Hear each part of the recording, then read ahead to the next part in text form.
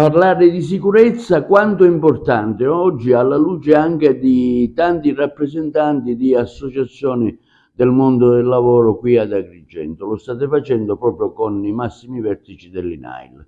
Sì, stamane abbiamo organizzato con la collaborazione dell'INAIL, con gli ordini professionali della provincia, con le associazioni datoriali, anche con l'ANCE, con appunto Confindustria, Sicindustria Agrigento, l'annuale appuntamento per la presentazione del bando di SINAIL. Per noi è fondamentale, poiché il tema della sicurezza sul lavoro è un elemento determinante e questo lo si può portare avanti soltanto se si fa squadra, se si fa rete, se si fa una rete relazionale, un'azione di sensibilizzazione collettiva che proprio coinvolga tutti. Questa mattina abbiamo anche avuto l'intervento da parte di Sua Eccellenza il viceprefetto vicario, la dottoressa Vaccaro, si è collegato in linea anche il direttore regionale dell'INAIL, il dottore Asaro. Stiamo continuando proprio nell'affrontare un tema che per noi è focale, centrale, che è quello della sicurezza, proprio per evitare quello che oggi abbiamo visto ancora dalle statistiche, un dato inascoltabile, cioè gli incidenti sul lavoro con anche dei morti, cosa che non è più ammissibile, peraltro in una per così dire, in uno scenario in cui anche si può fare tesoro dell'intelligenza artificiale, quindi tutta una serie di normative anche e di supporti che questa sicurezza possono certamente metterla al centro della... Le aziende stanno rispondendo bene a questa iniziativa? Sì, le aziende partecipano, sono molto attive e questo è anche, devo dire, merito di questi bandi che ci sono, che aiutano anche dal punto di vista, per così dire, finanziario, elementi di innovazione e di appunto salvaguardia all'interno delle aziende con strumentazioni innovative, con percorsi di formazione e che riguardano un po' tutto il settore dei servizi appunto dell'agricoltura ma anche dell'industria. Quindi questo è un bando, devo dire, molto seguito ed è un appuntamento annuo ormai qui in Sicindustria con la collaborazione dell'INAIL, ripetiamo da almeno 3 anni.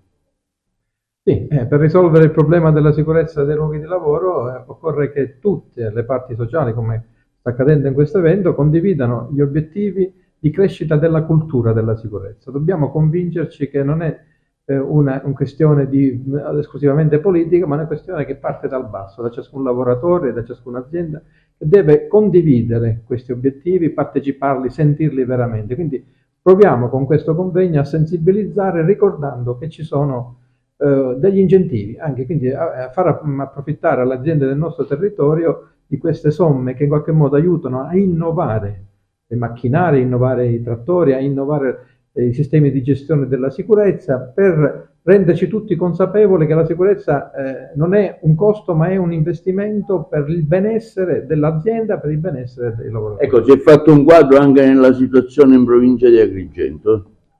Sì, il quadro è che ci sono purtroppo, come un po' in tutta Italia, un incremento degli infortuni mortali, che questo è pesante, diciamo, anche gli infortuni lievi diminuiscono, però se aumentano quelli nei quali i lavoratori perdono la vita, ci dobbiamo tutti chiedere cosa possiamo fare, non solo le istituzioni, le parti sociali come stiamo facendo oggi, ma anche ciascun lavoratore di essere attento a quale rischio è disposto ad accettare, rendersi conto che è meglio essere sicuri che lavorare come si dice, con flessibilità. La sicurezza viene prima, ecco, viene prima di tutto. Direttore, ecco, c'è una sensibilità delle aziende verso queste norme nell'avvicinarsi al contatto con l'INAIL? Sì, c'è una leggera crescita da questo punto di vista, però abbiamo 100 domande, per esempio dell'Ot23.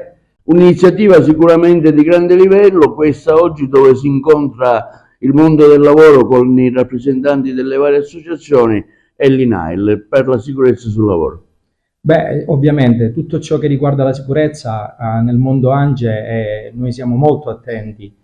Da imprenditori la prima cosa che andiamo a garantire nei nostri cantieri è sempre la sicurezza, principalmente poi quando si parla di sovvenzioni volte a migliorare la sicurezza.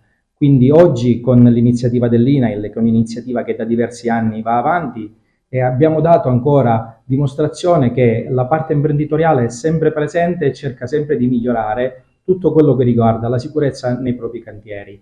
a sostegno proprio dei propri dipendenti.